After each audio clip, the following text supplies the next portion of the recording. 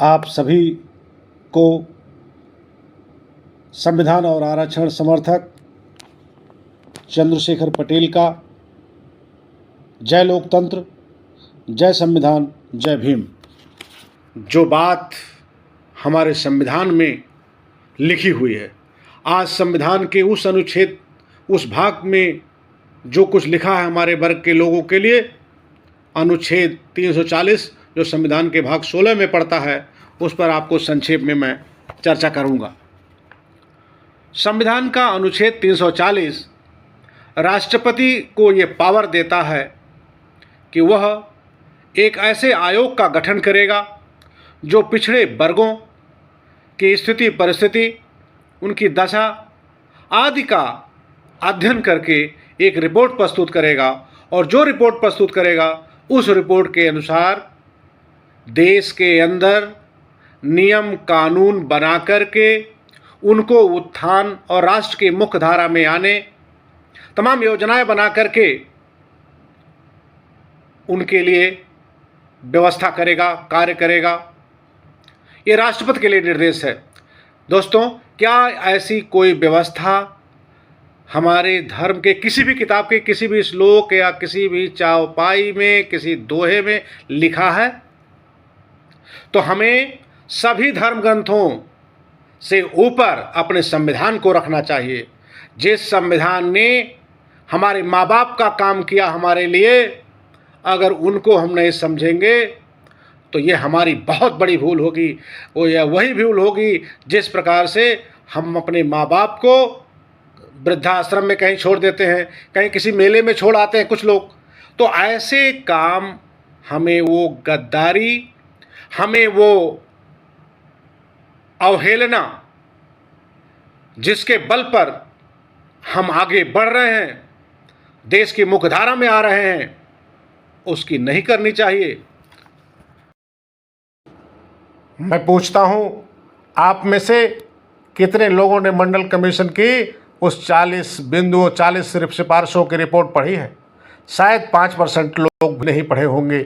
ऐसी स्थिति में आपके लिए क्या जरूरी है, ये आप कैसे जान पाएंगे? इतनी बड़ी रिपोर्ट इतने वर्षों पहले 1990 के दशक में आई थी, और हम लोग आज भी 5 से 10% से ज़्यादा लोग नहीं पढ़ पाए। यही हमारी कमी है कि ना तो हम पढ़ते हैं और ना ही हमारे वर्ग से कोई संज्ञान लेकर के यदि हमें बताता है तो उसे अनसुना कर देते हैं, क्योंकि हम दूसरे के बहकावे में चलते हैं और अपने अधिकारों पर अपने ही हाथों से कुल्हाड़ी मारते हैं।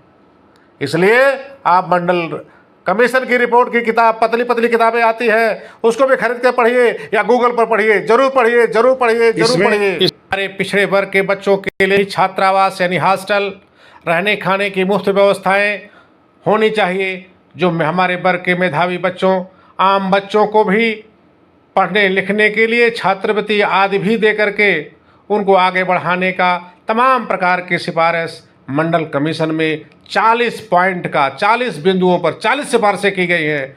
और आप लोग कसम खाइए, आप लोग मेरी इस आह्वान को गंभीरता से लीजिए और जा कर के गूगल पर सर्च करिए कि मंडल आयोग की 40 सिफारिशें क्या थी, जिसमें से कौन कौन सी लागू हुई, कौन कौन सी लागू होना बाकी है।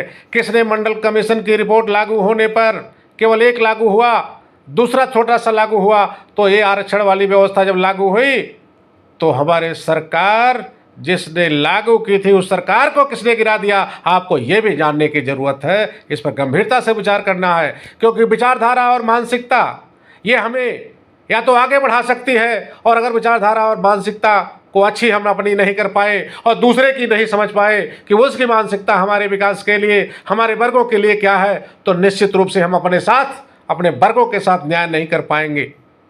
आज बाबा साहब का यह आसान है कि उन्होंने SC ST से पहले अनुच्छेद 341 ST के लिए, अनुसूचित जनजाति के लिए अनुच्छेद 342 ये इन्होंने बाद में लिखा। उनका आसानमंद हम लोग हैं कि हमारे लिए अनुच्छेद 340 पहले लिखा है। अगले वीडियो में SC के उत्थान के लिए अनुच्छेद 341 और उसके अगले वीडियो में ST यानी अनुसूचित जनजाति के विकास के लिए, उत्थान के लिए, अवसर के लिए अनुच्छेद 342 पर चर्चा करेंगे।